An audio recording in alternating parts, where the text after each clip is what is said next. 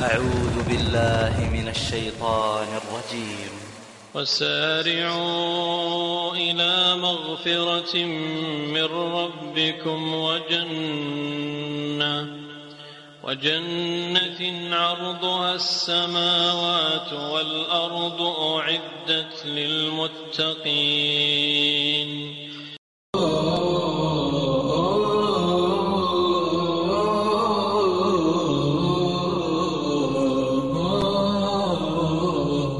السلام عليكم ورحمة الله وبركاته. بسم الله والحمد لله والصلاة والسلام على رسول الله، وبعد، فجدير بنا جميعا أن نقدم حمدا لله وشكرا. فاللهم لك الحمد أنت نور السماوات والأرض ومن فيهن، ولك الحمد أنت قيم السماوات والأرض ومن فيهن، ولك الحمد أنت ملك السماوات والأرض ومن فيهن، ولك الحمد أنت الحق وقولك حق ولقاؤك حق والجنة حق والنار حق والنبيون حق ومحمد صلى الله عليه وسلم حق والساعة حق. اللهم اغفر لنا ما قدمنا وما أخرنا وما أسررنا وما أعلنا وما أسرفنا وما أنت أعلم به منا. أنت المقدم وأنت المؤخر، لا إله إلا أنت، لا إله غيرك.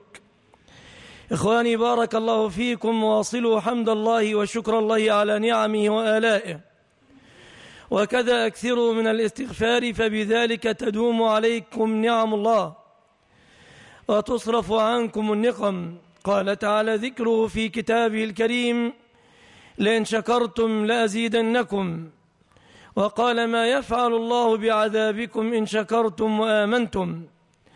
وقال جل ذكره كذلك: وما كان الله معذبهم وهم يستغفرون. وقال نوح عليه السلام لقومه: استغفروا ربكم إنه كان غفارا يرسل السماء عليكم مدرارا ويمددكم بأموال وبنين ويجعل لكم جنات ويجعل لكم أنهارا.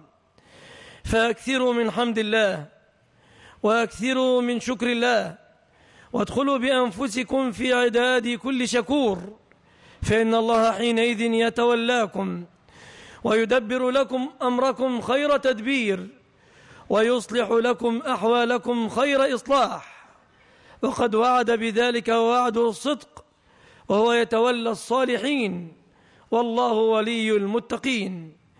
إخواني بارك الله فيكم، ولأنه لا يشكر الله من لا يشكر الناس، فبعد شكر الله والحمد له والصلاة والسلام على نبيه محمد صلى الله عليه وسلم، أشكر إخواني الذين تفضلوا بهذه الدعوة، وأخص منهم أخي الدكتور محمد حفظه الله تعالى، محمد أبو حجر حفظه الله تعالى، وأسأل الله أن يتمم على أخي الشيخ أبي إسحاق العافية والشفاء، وأن يعافيه من كل مكروه وسوء.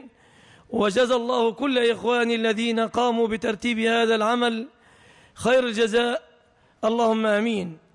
إخواني بارك الله فيكم، لا يخفى عليكم أن من أجل نعم الله علينا هي أن هدانا للإسلام، هي أن هدانا للإيمان، وأنزل القرآن على نبينا محمد صلى الله عليه وسلم لنستضيء به ولنهتدي به.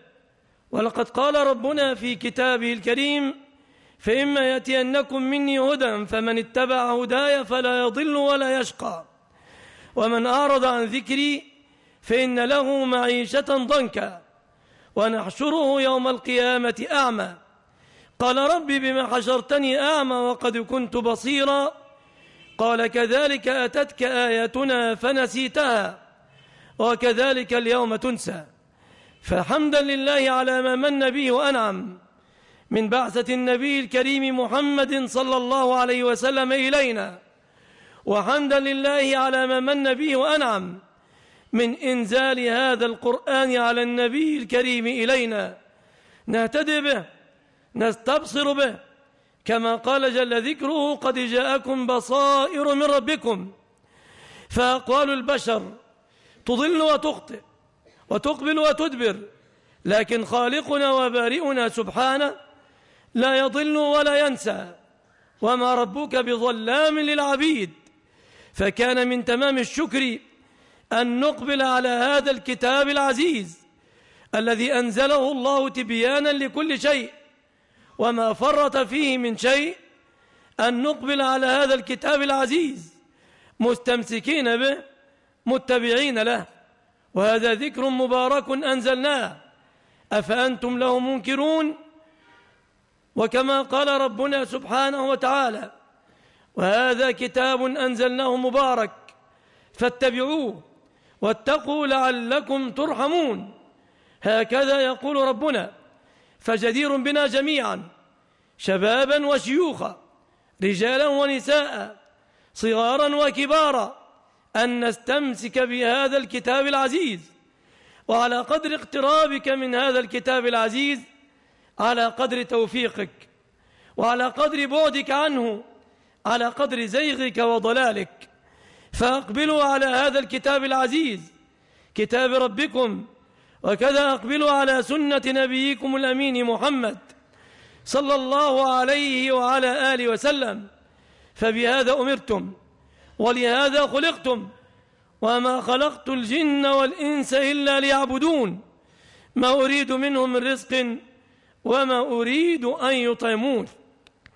إن هذا القرآن الذي أنزله الله تبارك وتعالى على نبي الأمين محمد صلى الله عليه وسلم، وكما سمعتم ما فرط الله فيه من شيء، بل فيه كل خير لسعادتنا في الدنيا ولسعادتنا في الآخرة. ولقد قال تعالى: من عمل صالحا من ذكر أو أنثى وهو مؤمن فلنحيينه حياة طيبة ولنجزينهم أجرهم بأحسن ما كانوا يعملون. فجدير بنا إذا أردنا الأمن والأمان والسلامة في الدارين، دار الدنيا ودار الآخرة، أن نقبل على هذا الكتاب العزيز. به تنصلح أحوالنا، به تسلم بلادنا، كذلك به ترق قلوبنا، به ينذرف الدمع من عيوننا، به نسلم في قبورنا، به نسلم يوم نلقى ربنا.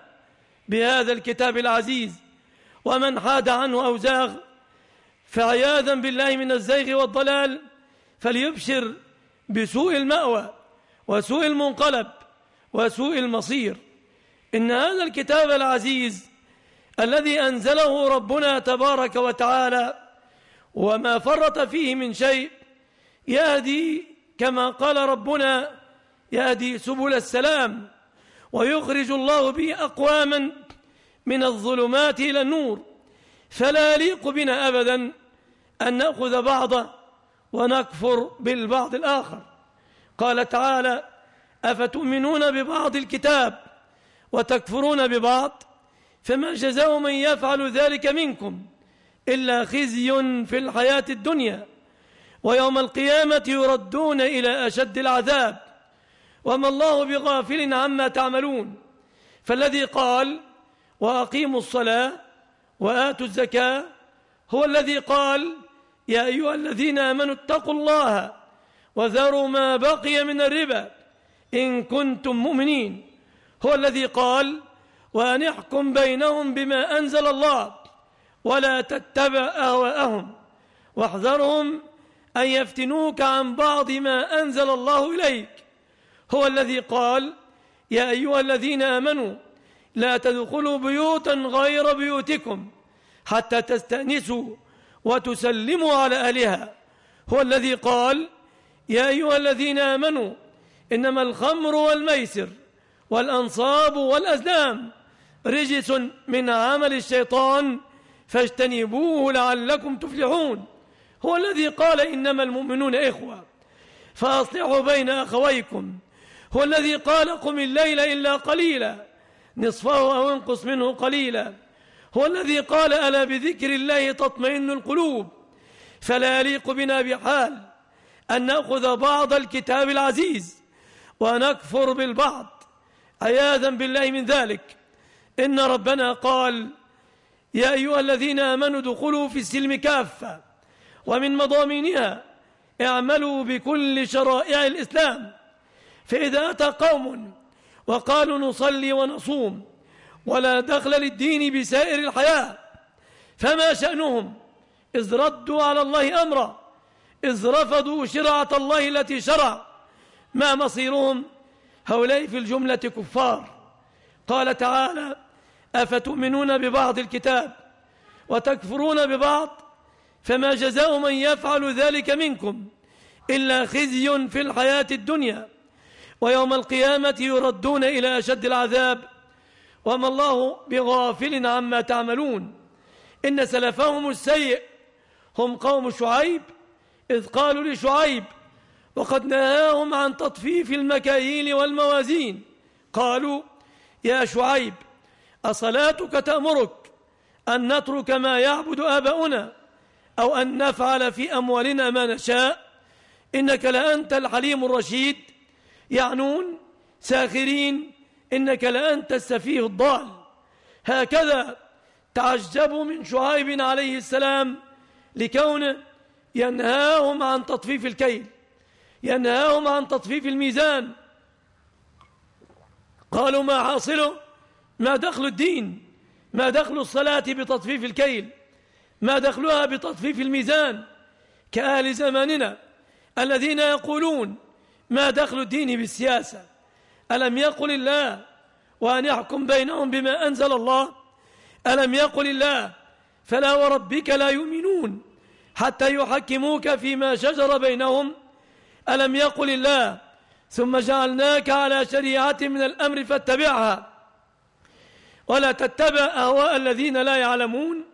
ألم يقل الله: يا أيها النبي اتق الله ولا تطع الكافرين والمنافقين إن الله كان عليما حكيما واتبع ما يوحى إليك من ربك إن الله كان بما تعملون خبيرا؟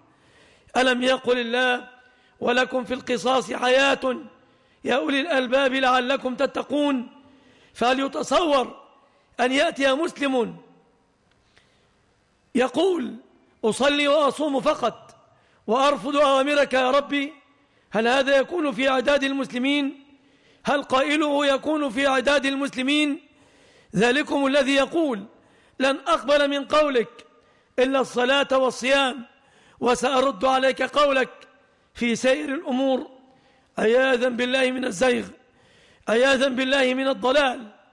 إن ربنا قال لداود عليه السلام: يا داود إنا جعلناك خليفة في الأرض فاحكم بين الناس بالحق ولا تتبع الهوى فيضلك عن سبيل الله إن الذين يضلون عن سبيل الله لهم عذاب شديد بما نسوا يوم الحساب.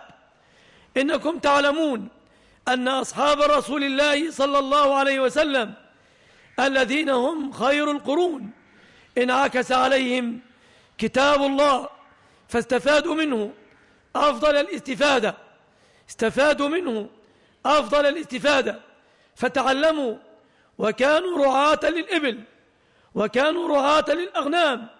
تعلموا كل جميل، تعلموا كل جيد، كل نافع. فترى الصحابة الكرام رضي الله تعالى عنهم يضربوا أروع المثل في العدل بين الناس. فهذا خالد بن الوليد رضي الله تعالى عنه وكان في سفر فيلطم عم له جنديا من الجيش فيأبى الجندي إلا القصاص، يستشفي عنده الناس: تجاوز، اصفح، اصفح لوجه الله، اصفح، هذا عم أمير الجيش، اصفح. فيأبى إلا القصاص، فيأتي خالد بعمه ويسلمه له ويقول: ها هو دونك، الطمه كما لطمك. فيرفع الرجل يده للطم عم خالد، فبعد أن يرفع اليد ويرى أنه قد مكن يقول: تركتها لوجه الله لا لوجه خالد.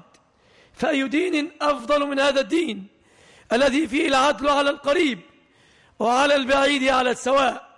فيه يقول النبي محمد عليه الصلاة والسلام: والذي نفسي بيده لو أن فاطمة بنت محمد سرقت لقطع محمد صلى الله عليه وسلم يدها.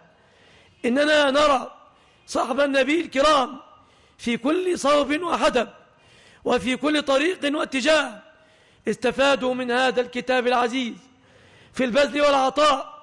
ينزل الله تعالى، ينزل ربنا سبحانه: لن تنالوا البر حتى تنفقوا مما تحبون فيذرون الربا فيعمد أحدهم وهو أبو طلحة إلى أحب ماله إليه بيرحاء ويقول: يا رسول الله، إن الله يقول لن تنالوا البر حتى تنفقوا مما تحبون، وأحب مالي إلي بيرحاء، فهي لله، أرجو برها، أرجو ذخرها عند الله تبارك وتعالى. يفتش في أحب الأموال إليه كي يبذله طائعا لرب العالمين. فرضي الله عن صحابة رسوله. هذا علي يعلمنا أدب نتأدب به مع إخواننا ومع أحمائنا وأصهارنا. علي يقول في حديث وفي أبواب الطهارة: كنت رجلا مذاء فاستحييت أن أسأل رسول الله صلى الله عليه وسلم لمكان ابنته مني، فأمرت المقداد فسأل فقال: اغسل ذكرك وتوضأ. ما الأدب المستفاد الذي تأدبنا به من صنيع علي رضي الله عنه، الذي قضى كثيرا من حياته في بيت النبي محمد صلى الله عليه وسلم. يقول العلماء والأئمة فيه من الأدب أنه لا يذكر ما يتعلق بالجماع وشؤونه أمام محارم المرأة، لما فيه من خدش لحيائهم، لما فيه من كسر لحيائهم. فمن الذي علم علي بن أبي طالب رضي الله تعالى عنه هذا الفقه؟ من علمه هذه الأخلاق الكريمة؟ وقد كان أبوه من رعاة الأغنام، وقد كان نشأ أيضا في مكة حيث لا تعليم، حيث الأمية هنالك. إنه علم من كتاب الله، علم من سنة رسول الله صلى الله عليه وسلم. ولا أدعو الوقت يسترسل بي فأغنم صورة من كتاب الله أذكر نفسي وإخواني بها، كي تروا كيف هو كتاب الله به تهذب النفوس، وبه تقاوم الأخلاق، وبه تتم الوحدة بين المسلمين. سورة طيبة أتناولها على وجه السرعة بالتأويل والبيان، وهي سورة الصف. سورة الصف مطلعها: سبح لله ما في السماوات والأرض وهو العزيز الحكيم. خبر مقتضاه الحث، فإذا كان كل من في السماوات والأرض سبحوا خالقهم وسبحوا بارئهم، إذا كانت الجبال تسبح، إذا كانت الأشجار تسبح، بل إذا كان الرعد يسبح والسماوات تسبح وكل شيء يسبح، فما بالك أنت يا ابن آدم تتمرد عن تسبيح الله وعن تنزيه الله؟ ربك يقول في كتابه: وإن من شيء إلا يسبح بحمده ولكن لا تفقهون تسبيحهم إنه كان حليما غفورا. ويقول: ويسبح الرعد بحمده والملائكة من خيفته. ويقول تعالى ذكره: ألم تر أن الله يسجد له من في السماوات ومن في الأرض والشمس والقمر والنجوم والجبال والشجر والدواب وكثير من الناس وكثير حق عليه العذاب. إذا كانت الجمادات تسبح ونبيكم يقول: إني أعرف حجرا بمكة كان يسلم علي إني أعرفه الآن. إذا كان الجزع حن لرسولكم عليه الصلاة والسلام، فما بال القلوب قاسية؟ وما بالكم عن التسبيح معرضون؟ ما بالكم عن المعرضون؟ فآية مقتضاها الحث على تسبيح الله الذي من معانيه تنزيهه عن الشريك، عن المثيل، عن الند، عن الصاحبة، عن الولد. فالآية وإن كانت خبرا لكنها تحملنا على الإكثار من تسبيح الله. سبح لله ما في السماوات والأرض وهو العزيز الذي لا يغلب سبحانه وتعالى، بل هو غالب على كل ما يريد، غالب على أمره، أمره نافذ في خلقه، لا يستطيع أحد من الخلق أن يمتنع منه إذا أراده بسوء. فإذا علمتم أن ربكم عزيز فلماذا لا تلجؤون إليه؟ ولماذا لا تسألونه مرادكم؟ وهو الذي يكشف الضر، وهو الذي يجيب المضطر، وهو الذي يرفع، وهو الذي يخفض، وهو الذي يداول الأيام بين الناس، هو الذي يقرب البعيد ويباعد القريب، هو الذي يحول الأشياء عن أماكنها، هو الذي يؤتي الملك من يشاء وينزعه ممن يشاء. إذا كنتم تعلمون أن ربكم هو الذي أغنى وأقنى، وهو الذي أمات وأحيا، فلم تلتمسون النفع من غيره؟ ولما ترهبون أحدا سواه؟ وهو العزيز الذي لا يغلب، بل هو الغالب على أمره، الحكيم في شرعه، الحكيم في صنعه، الحكيم في كل ما يفعل، حكيم في شرعته، حكيم في خلقه، حكيم في قوله، حكيم في فعله، حكيم في كل ما من شأنه أن يقتضي الحكمة. فلماذا نعدل عن شرعه وقد علمنا أنه الحكيم سبحانه وتعالى؟ ثم يعاتبنا ربنا ويعاتب الخلق، يعاتب أهل الإيمان: يا أيها الذين آمنوا، يا أيها الذين آمنوا لم تقولون ما لا تفعلون؟ ليس في دينكم الغش، ليس في دينكم الكذب، ليس في دينكم التزوير، ليس في دينكم التشبع بما لم تعطى. لم تقولون ما لا تفعلون؟ نزلت الآية بسبب أن أصحاب النبي جلسوا فيما بينهم وتذاكروا قائلين: لو نعلم أحب الأعمال إلى الله لعملناه. قالوا ذلك فنزلت الآية تعاتبهم: يا أيها الذين آمنوا لم تقولون ما لا تفعلون؟ كبر مقتا عند الله، أي عظم بغضا يبغض الله به القائل ما لا يفعل. كبر مقتا عند الله أن تقولوا ما لا تفعلون. تضمنت الآية الكريمة أمورا، منها أن قوما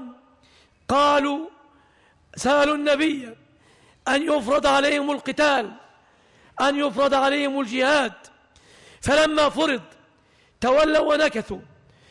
قال تعالى: ألم تر إلى الذين قيل لهم كفوا أيديكم وأقيموا الصلاة وآتوا الزكاة فلما كتب عليهم القتال إذا فريق منهم يخشون الناس كخشية الله أو أشد خشية، وقالوا ربنا لما كتبت علينا القتال لولا أخرتنا إلى أجل قريب قل متاع الدنيا قليل والآخرة خير لمن اتقى ولا تظلمون فتيلا أينما تكونوا يدرككم الموت ولو كنتم في بروج مشيدة. تضمنت الآية أيضا واشتملت قوما قال بعضهم: لئن آتانا الله من فضله لنصدقن ولنكونن من الصالحين، فلما آتاهم من فضله بخلوا به وتولوا وهم معرضون. تضمنت الآية أقواما آخرين، قال تعالى: ويقول الذين آمنوا لولا نزلت سورة، فإذا أنزلت سورة محكمة وذكر فيها القتال رأيت الذين في قلوبهم مرض ينظرون إليك نظر المغشي عليه من الموت، فأولى لهم طاعة وقول معروف. فلو عزم الأمر فصدقوا الله لكان خيرا لهم. تضمنت الآية صنوفا، فليس في ديننا أن نقول ما لا نفعل، ليس في ديننا أن نعد ونخلف، ليس في ديننا أن نتشبع بما لم نعطى، فإن النبي قال: المتشبع بما لم يعطى كلابس ثوبي زور. ولقد قال تعالى: لا تحسبن الذين يفرحون بما أتوا ويحبون أن يحمدوا بما لم يفعلوا فلا تحسبنهم بمفازة من العذاب ولهم عذاب أليم. ديننا ليس فيه أن تقول قولا وتغش الناس به وتفعل فعلا خلافه. قال تعالى: أتأمرون الناس بالبر وتنسون أنفسكم وأنتم تتلون الكتاب أفلا تعقلون. قال النبي الكريم شعيب عليه السلام: وما أريد أن أخالفكم إلى ما أنهاكم عنه إن أريد إلا الإصلاح ما استطعت وما توفيقي إلا بالله.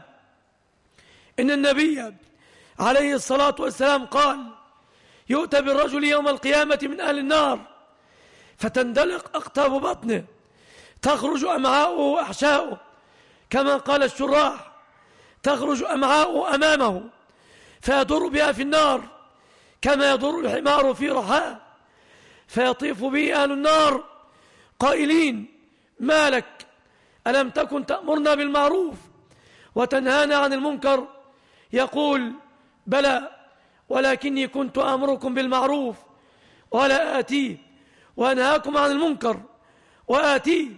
فليس أبدا من الصلاح أن تظهر ما لا تبطن، ليس أبدا من الصلاح أن تغش الناس وأن تخدع الناس. إنك أيها الأخ الكريم الملتحي أنت ممثل عن سنة رسول الله، فإذا فعلت فعلة قد يقبل الناس على الدين بسببك وقد ينصرفوا بسببك، وربك يقول: ولا تتخذوا أيمانكم دخلا بينكم فتزل قدم بعد ثبوتها وتذوقوا السوء بما صددتم عن سبيل الله ولكم عذاب عظيم. فوأنت ملتحي تلبس ثياب رسول الله البيضاء سمتك سمته، تصلي تقيم أمر الله في ظاهرك، الناس يحبونك يقبلون عليك، فإذا فوجئوا بك تعاهد وتغدر، تأخذ أموال الناس تشغلها، تعطيهم ربحا شهرا والشهر التالي تقول كذبا وزورا أموالكم ضاعت، حينئذ تزل قدم بعد ثبوتها وما مصيركم أنتم، وقد تسببتم في زلات أقدام وتذوقوا السوء بما صددتم عن سبيل الله ولكم عذاب عظيم. ثم يقول تعالى مبينا أن الذي يحمل الناس على هذا هو المتاع العاجل، ما عندكم ينفد وما عند الله باق، ما عندكم ينفد وما عند الله باق، ولنجزين الذين صبروا أجرهم بأحسن الذي كانوا يعملون. إن ديننا دين حسن من فضل الله، وكتاب ربنا الذي أعرض عنه المعرضون كتاب قيم فيه وفاء بالعهود حتى مع الكفار. يا أيها الذين آمنوا أوفوا بالعهود أوفوا بالعقود. وقال تعالى في كتابه الكريم: ولا تنقضوا الأيمان بعد توكيدها وقد جعلتم الله عليكم كفيلا. هكذا يقول تعالى. ويقول النبي عليه الصلاة والسلام: ينصب لكل غادر لواء يوم القيامة عند إسته، يقال: هذه غدرة فلان ابن فلان. ولقد قال تعالى: وإما تخافن من قوم خيانة فانبذ إليهم على سواء إن الله لا يحب الخائنين. فليس من ديننا الغش، وليس من ديننا الخيانة، وليس من ديننا أن تذهب وتتزوج وتعدو ولي الزوجة عادا وتغدر به وتخدعه وتضحك عليه. والنبي يقول: إن أحق الشروط بالوفاء ما استحللتم به الفروج. عود على بدء: يا أيها الذين آمنوا لم تقولون ما لا تفعلون، كبر مقتا عند الله أن تقولوا ما لا تفعلون. الله يبغضكم أشد البغض إذا قلتم ما لم تفعلوا. عظم المقت الذي يمقتكم الله به إذا قلتم ما لم تفعلوا. ثم قال تعالى مذكرا: إن الله يحب الذين يقاتلون في سبيله صفا كأنهم بنيان مرصوص. إن الله يحب الذين يقاتلون في سبيله صفا كأنهم بنيان مرصوص.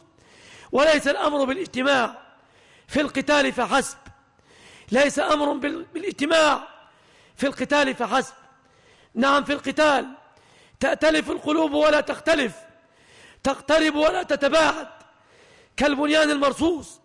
إنما الشاهد اجتماع القلوب، فإن الحروب قد تحتاج إلى كر وفر وإقبال وإدبار، فضلا عن التصافف أحيانا.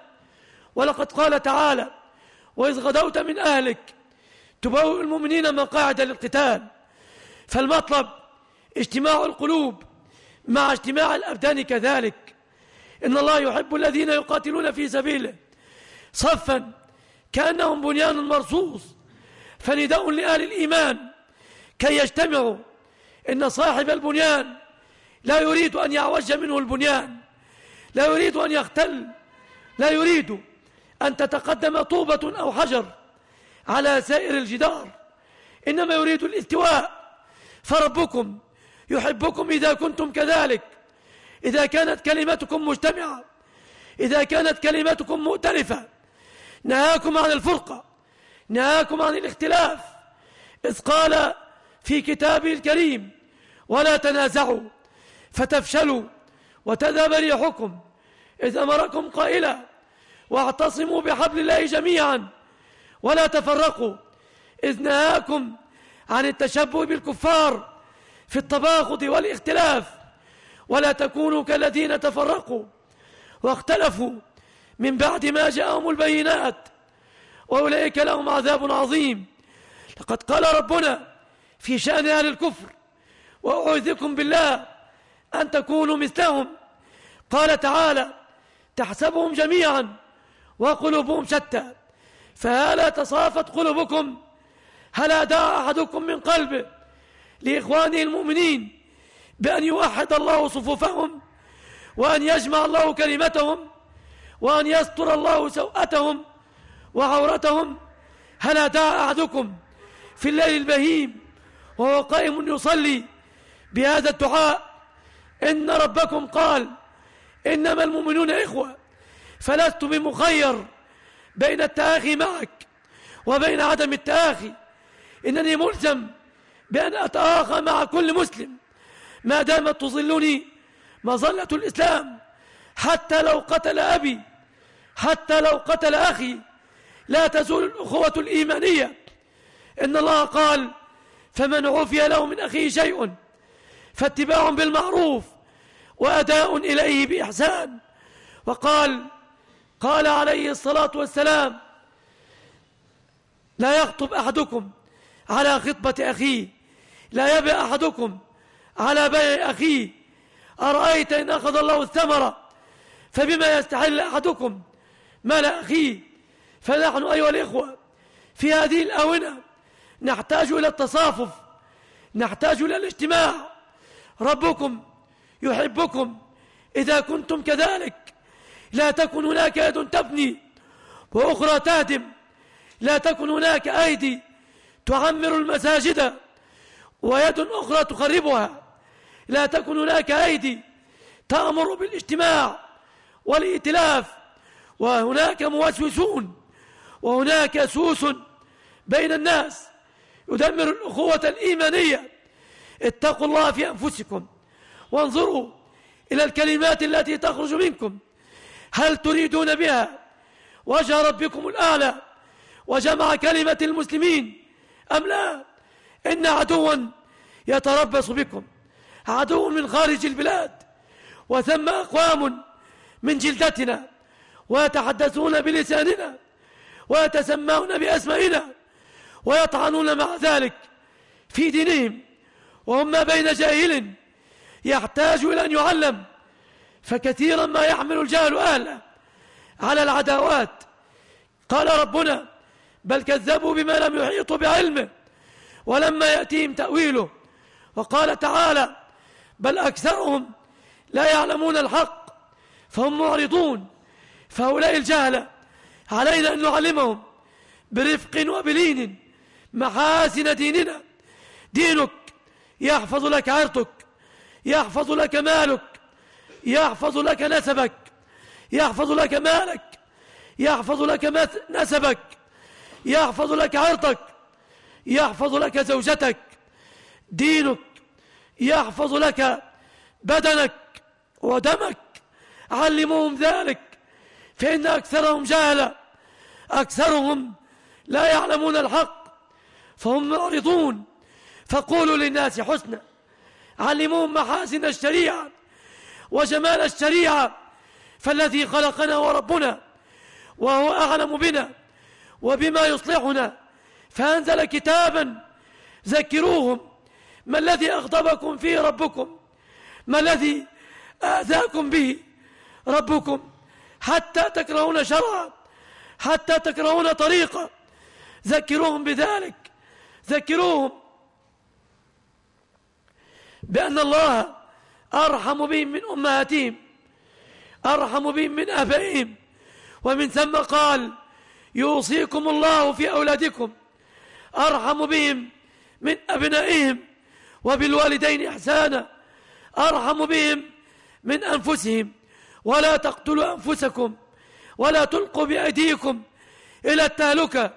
ذكروهم بالله ما الذي آذاكم به الله عز وجل. أتظنون أن ربكم يظلم؟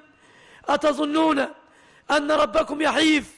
فهذه فئة جاهلة بالله، جاهلة بأمر الله، عليها أن تعلم حتى لا تكفر ولا تشعر، حتى لا تتكلم بكلمة تأوي بها في النار أبعد ما بين المشرق والمغرب، وهي لا تلقي لذلك بالا.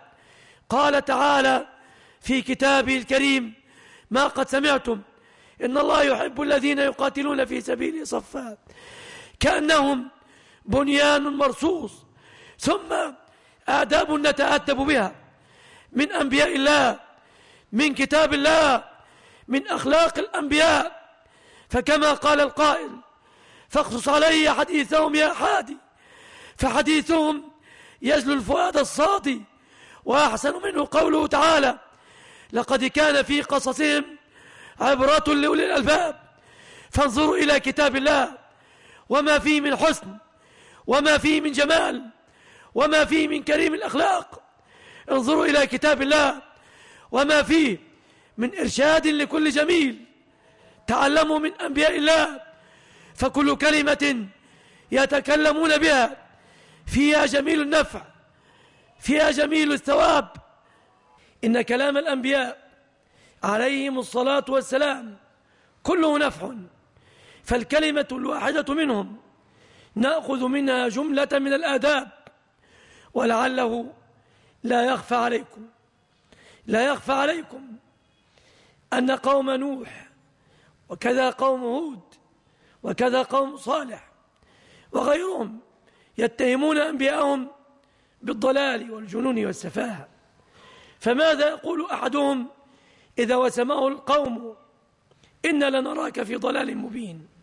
فبكل أدب فيقول يا قوم ليس بي ضلالة.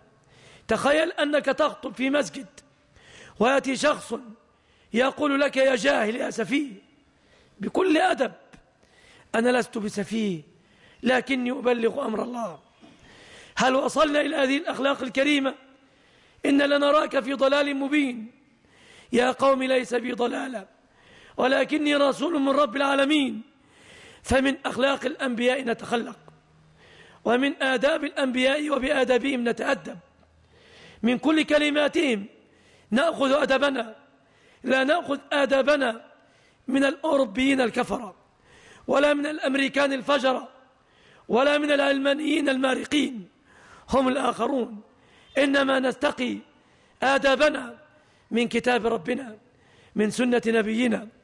إننا إذا سمعنا مقولة يوسف الصديق عليه السلام لإخوته وهم يقولون أئنك لأنت يوسف، فانظروا إلى جوابه. وبكل كلمة نستفيد أدبا. أنا يوسف تواضع، وهذا أخي جبر للخاطر، أي لا تقبلوا علي وتهملوا أخي المظلوم كظلمي.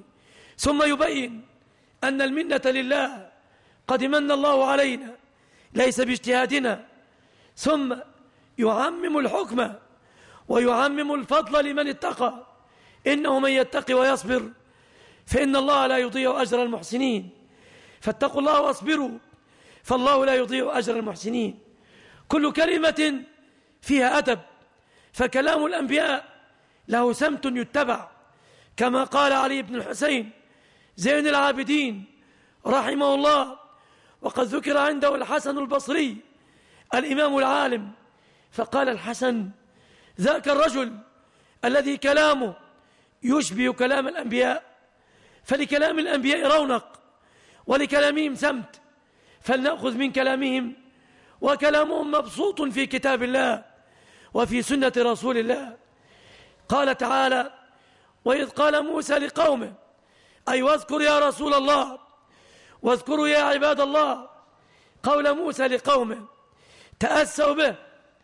وإذ قال موسى لقومه يا قومي يا قومي، يذكر الآصرة التي تربط بهم، كما تقول للناس يا أهل بلدي، يا أصحابي، يا أصدقائي، يا أبناء عمومتي، يا ابن أمة، ونحو ذلك، ذلك لتهيج الخير فيهم، كما قال الصديق يوسف يا صاحبي السجن.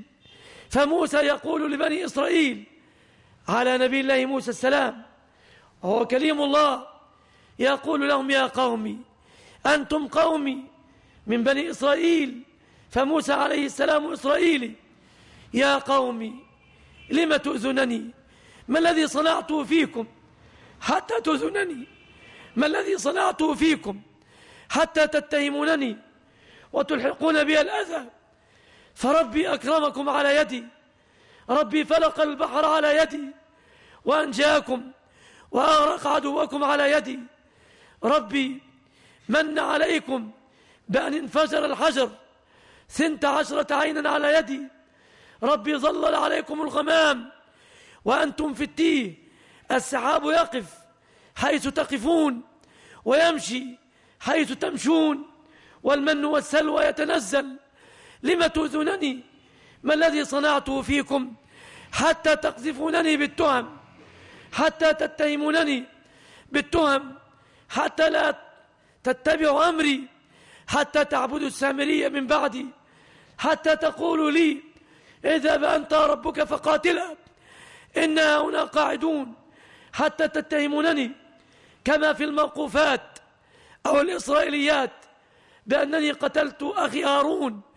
فقد روي في الإسرائيليات والموقوفات أنهم اتهموا بذلك، بل وفي الموقوفات أنهم أوعزوا، أو أن قارون أتى بامرأة بغي من بغايا بني إسرائيل وأعطاها مالا كي تفتري فرية على نبي الله موسى، فخطب موسى عليه السلام كما في الموقوفات أكرر بني إسرائيل خطبة بليغة أبكاهم، ذكرهم بالله، فإذا بمفسد قارون يقف وسط القوم قائلا يا كليم الله، يا نبي الله، ما جزاء من زنى ومحصن؟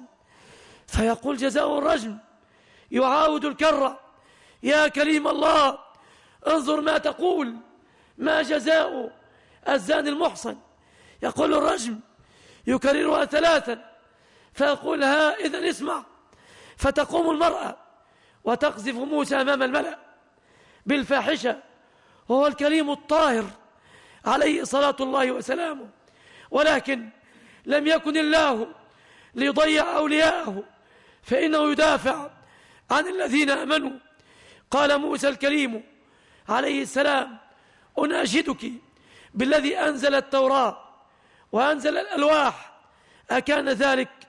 قالت أما وقد ناشدتني؟ فلا والله ما حصل، إنما أعطاني هذا الرجل 2000 من الدنانير، 2000 من الدنانير كي أقول مقالتي تلك.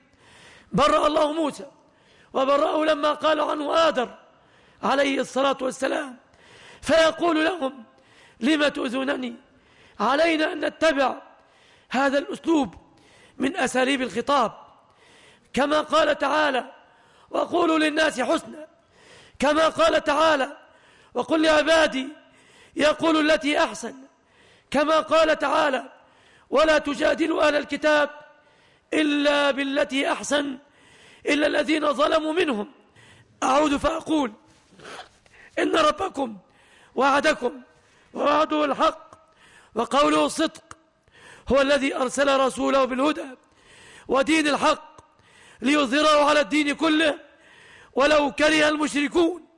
فلو أراد الله لهذا الدين أن يزول لزال يوم وقف المشركون أمام بيت رسول الله وهو خارج للهجرة ولقتلوا النبي، ولكن الله سلم.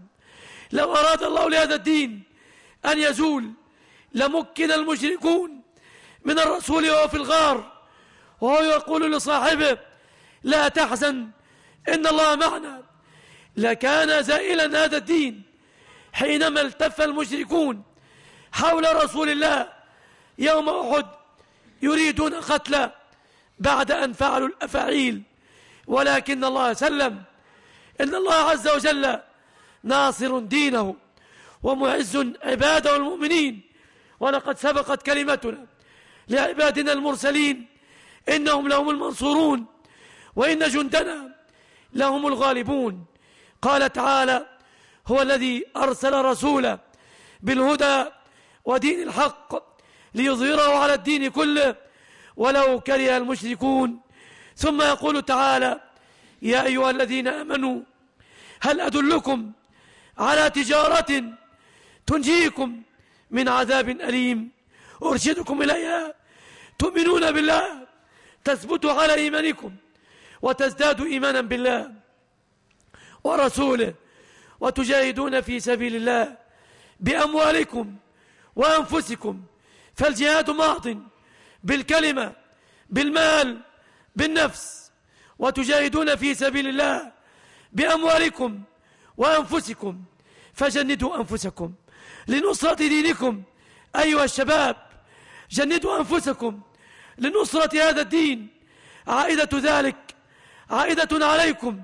شاب نشأ في طاعة الله يظله الله في ظله يوم لا ظل إلا ظله. جندوا أنفسكم لنصرة دينكم. إذا كانت الدولة اليهودية المجاورة لنا يجند فيها المجند منذ بلوغه وإلى أن يموت، فليس هناك سن للتقاعد، بل كلهم يعملون دائبين لنصرة دولتهم اليهودية، ونحن أولى بذلك منهم. قال ربنا: انفروا خفافا وثقالا. قال أبو طلحة وقد سمع الآية وهو شيخ كبير طاعن في السن فتقلد سيفا وتجهز للغزو. قال لامرأته: جهزي الجمل، جهزي الدابة والسلاح. قالوا له: أنت شيخ، دعوا الشباب، اترك الشباب يغنون عنك. قال: ألا أرى الله يستنفرني شابا وشيخا وأتكاسل؟ فأيها الشباب، اغنموا شبابكم، لا يغرنكم من أطلقوا عليهم الشباب الثائر وهم بعيدون عن طريق الله. إنما اسأروا لدينكم، انتصروا لدينكم حتى يحفظكم ربكم في دنياكم ويوم تلقون ربكم. اذكروا الرهط الكريم المبارك من رسل الله الكرام. اذكروا يحيى الذي قال الله له: يا يحيى خذ الكتاب بقوة، وآتيناه الحكم صبيا. أوتي الحكم العقل والفهم، هو صبي. اذكروا إبراهيم الذي آتاه الله رشده وهو في صبا. اذكروا أصحاب الكهف الذين قالوا: ربنا رب السماوات والأرض لن ندعو من دونه إلها، لقد قلنا إذا شطط، لقد خرفنا عن خالقنا، خالق السماوات خالق الأرض. إن شاءوا في طاعة الله تربوا على القرآن على كتاب الله. دعكم من الفلسفات، دعكم من الصحف والمجلات التي تصرف عن طاعة الله وطاعة المرسلين. إنكم لا تدرون هل تمتد بكم حياتكم إلى أن تصيروا شيوخا أم أنكم ستقبضوا في شبابكم. فما تدري نفس ماذا تكسب غدا، وما تدري نفس بأي أرض تموت. إن شبابا غرتهم الأماني وغرهم بالله الغرور، فجاءهم الشيطان وقال أنتم شباب، الدنيا أمامكم، فافعلوا المعاصي وباب التوبة مفتوح. توبوا في شيخوختكم. فأعجلتهم المنية وحيل بينهم وبين ما يشتهون، كما فعل بأشياء لهم من قبل. فاغنموا الشباب قبل الهرم. تأسوا بالصالحين من رسل الله الكرام، تأسوا بصادق الوعد إسماعيل عليه السلام، وهو غلام. أبوه يقول له يا بني إني أرى في المنام أني أذبحك. فيقول ماذا؟ يقول له أبوه يا بني إني أرى في المنام أني أذبحك فانظر ماذا ترى. انظروا إلى المقولة التي يقولها هذا النبيل، هذا النجيب، هذا الرسول الكريم صادق الوعد. لم يقل يا أبت اذبحني بهذه الطريقة، بل يذكرنا بأدب، بل ويذكر والده ووالده من أولي العزم خليل الرحمن. يقول يا أبت افعل ما تؤمر، ليس فقط اذبحني بل كل ما يأمرك الله به افعله. لا يقف الأمر عند ذبحي فقط، لا يقف الأمر عند ذبحي فقط، بل يا أبت كل ما يأمرك الله افعله يا أبت. لا تتردد أبدا. ستجدني ليس بقوتي، ليس بشجاعتي، ستجدني إن شاء الله، ستجدني إن شاء الله من الصابرين. قول وعمل. فلما أسلم وتله للجبين طرحوا على وجهه حتى لا تأخذ الشفقة. اطرحني يا أبي على وجهي حتى لا تأخذك الشفقة بي، فتتردد عن امتثال أمر الله. فلما أسلم وتله للجبين وناديناه أي يا إبراهيم قد صدقت الرؤيا إن كذلك نجزي المحسنين. فإن هذا من الشباب الضائع التائه الذي لبس لبس البنات والذي لبس لباس المخنثين. حق فيه قول القائل وما عجب أن النساء ترجلت ولكن تأنيث الرجال عجاب. أصبح الشباب يلبسون السلاسل والبناطيل اللاصقة بالأجسام متبرجين كالنساء المتبرجات. فكونوا رجالا معشر الشباب، اسلكوا سبيل رسل الله الكرام عليهم الصلاة والسلام. أرجع إلى ما كنت بصدده، هو الذي أرسل رسوله بالهدى ودين الحق ليظهره على الدين كله ولو كره المشركون. يا أيها الذين آمنوا هل أدلكم على تجارة تنجيكم من عذاب أليم تؤمنون بالله ورسوله وتجاهدون في سبيل الله بأموالكم وأنفسكم. لكم أيها الشباب في مصعب بن عمير الذي كان مدللا وترك هذا التدلل ابتغاء وجه الله. لكم أسوة في معاذ ومعوذ ابن عفراء. لكم أسوة في القائد المغوار أسامة بن زيد رضي الله عنه إذ يؤمر على جيوش فيها الفواحل. لكم أسوة في الحبر الكريم عبد الله بن عباس العاكف على طلب العلم. أسوة في المبادر إلى الإيمان والطاعة والإسلام علي بن أبي طالب. أسوتنا هو الآخر وقدوة لنا. قال تعالى تؤمنون بالله ورسوله وتجاهدون في سبيل الله بأموالكم وأنفسكم ذلكم خير لكم من حطام الدنيا الفاني، من حطام الدنيا الزائل، خير لكم إن كنتم تعلمون. يغفر لكم ذنوبكم ويدخلكم جنات تجري من تحتها الأنهار ومساكن خالدين فيها ومساكن طيبة في جنات عدن، ذلك الفوز العظيم. وأخرى غنيمة أخرى تحبونها في الدنيا عاجلة، نصر من الله وفتح قريب وبشر المؤمنين. ثم تختم الصورة الكريمة نداء لنا جميعا كبارا وصغارا رجالا ونساء: يا أيها الذين آمنوا كونوا أنصار الله. يناديكم ربكم وليس في حاجة إلى نصرتكم له، فهو الغالب، هو العزيز، ولكن حتى تثابوا أنتم، حتى تغنموا، حتى يتخذ منكم الشهداء. يا أيها الذين آمنوا كونوا أنصار الله، كما قال عيسى بن مريم للحواريين: من أنصاري إلى الله؟ قال الحواريون: نحن أنصار الله. قال الحواريون: نحن أنصار الله، فكونوا أنصار الله. أيها الإخوة، قال تعالى: فآمنت طائفة من بني إسرائيل وكفرت طائفة فأيدنا الذين آمنوا على عدوهم فأصبحوا ظاهرين. ربكم يناديكم، هو الذي يناديكم، هو الذي يقول لكم: يا أيها الذين آمنوا كونوا أنصار الله. والله ما بربنا من ضعف وما بربنا من عجز، ما بربنا من ضعف وما بربنا من عجز، ولكن يريد أن يتخذ منكم شهداء، كما قال: ذلك ولو يشاء الله لانتصر منهم ولكن ليبلو بعضكم ببعض.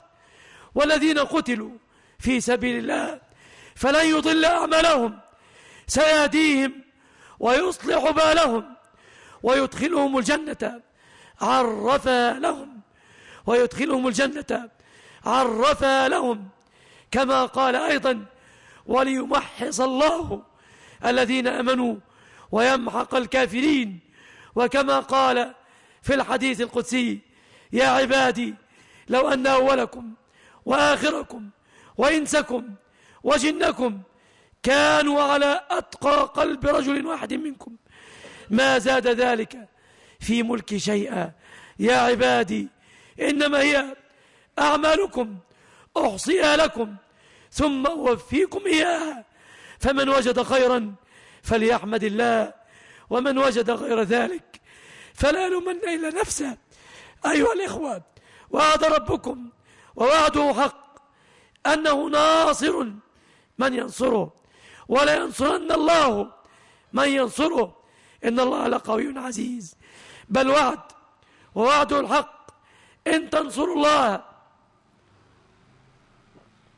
ينصركم، وليس فقط بل هو ذو فضل عظيم.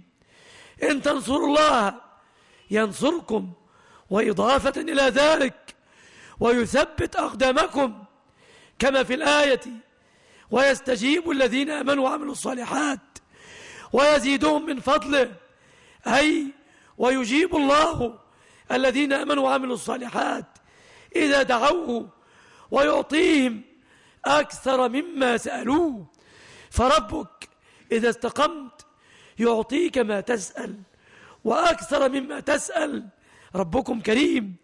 أذكر بأن أم موسى غاية ما كانت تتمناه وهي حامل في الكليم موسى، غاية ما كانت تتمناه أن يسلم الله وليدها من شفار الذباحين من المواسي والسكاكين.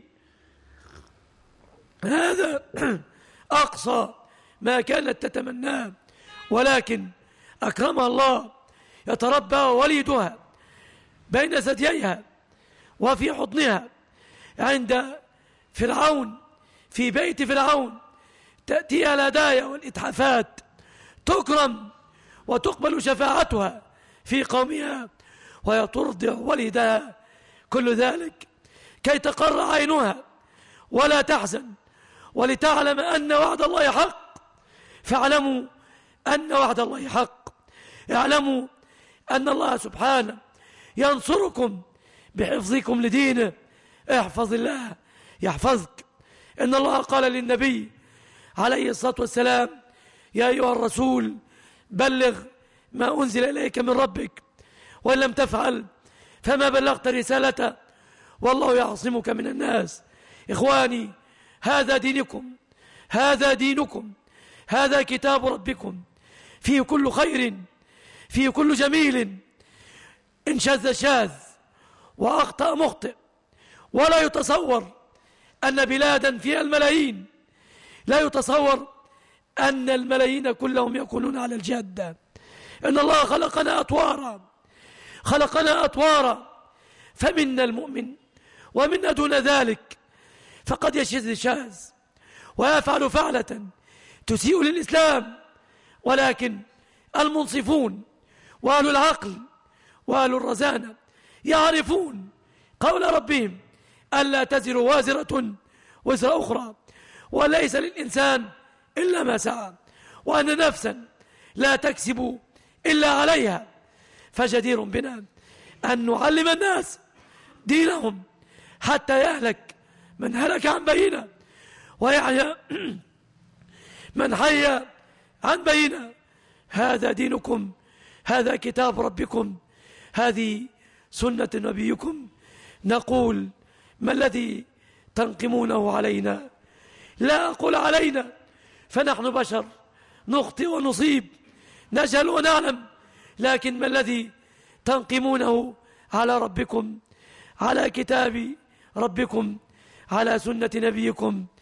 قل يا أهل الكتاب تعالوا إلى كلمة سواء بيننا وبينكم ألا نعبد إلا الله ولا نشرك به شيئا ولا يتخذ بعضنا بعضا أربابا من دون الله، فإن تولوا فقولوا اشهدوا بأننا مسلمون. إخواني، هذبوا أنفسكم بصلاة من الليل، بصدقات، باستغفار، فمن محاسن هذا الدين. وكما أنه حكم ما بيننا وفصل ما بيننا وإخبار لما هو آت وبما قد فات، فإنه أيضا به تهذب نفوسنا بالاستغفار، بالذكر، بأن نحب لإخواننا ما نحبه لأنفسنا، بالدعاء المتواصل والذكر المتكرر، بحفظ اللسان من الاغتياب. وأسأل الله كل ذلك. ختاما، وأعتذر للإطالة عليكم، أعاود فأشكر الله شكرا كثيرا، أحمده حمدا طيبا كثيرا مباركا فيه، ملء السماوات وملء الأرض وملء ما شاء الله من شيء بعد. ونصلي جميعا ونسلم على نبينا محمد، جزاه الله عنا خير ما جاز به نبيا عن أمته. أعود فأشكر أخي الدكتور محمد أبو حجر وإخوانه الذين قاموا بهذا الترتيب، وأسأل الله أن يجازي الشيخ أبا إسحاق خيرا على ما أثر في هذه البلدة الطيبة، وأن يتمم عليه العافية والشفاء، وأن يبارك فيكم وفي مساعيكم وفي خطاكم، وأجمعنا مع من أنعم الله عليهم من النبيين والصديقين والشهداء والصالحين، وحسن أولئك رفيقا. وأن يمن على مصر، على أمة محمد، بالأمن والإيمان والسلامة والإسلام والتوفيق لما يحبه ربنا ويرضاه. اللهم آمين، اللهم آمين. وصل اللهم على نبينا محمد وسلم، والسلام عليكم ورحمة الله وبركاته.